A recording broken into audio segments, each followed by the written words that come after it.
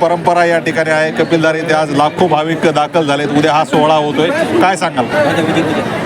खरं तर राष्ट्रसंत डॉक्टर शिवलिंग शिवाचार्य महाराज अहमदपूरकरांनी ही परंपरा 71 वर्षापूर्वी सुरुवात केली आणि आज शेकडो दिंड्या कपिलधार या ठिकाणी येत आहेत. आणि शिवा संघटनेची स्थापना 28 जानेवारी 1996ला झाली. तेव्हापासून शिवा संघटनेचा राज्यव्यापी मेळावा घेण्याची ही परंपरा या ठिकाणी आम्ही सुरुवात केली.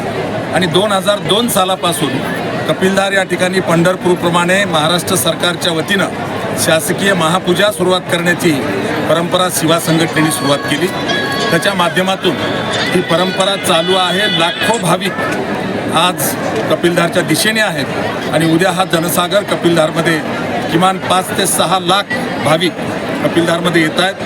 त्यांचं दर्शन होईल आणि त्यानंतर शासकीय महापूजा दुपारी 4 वाजता आणि त्यानंतर शिवा संघटनेचा राज्यव्यापी मेळावा संपन्न होणार आहे.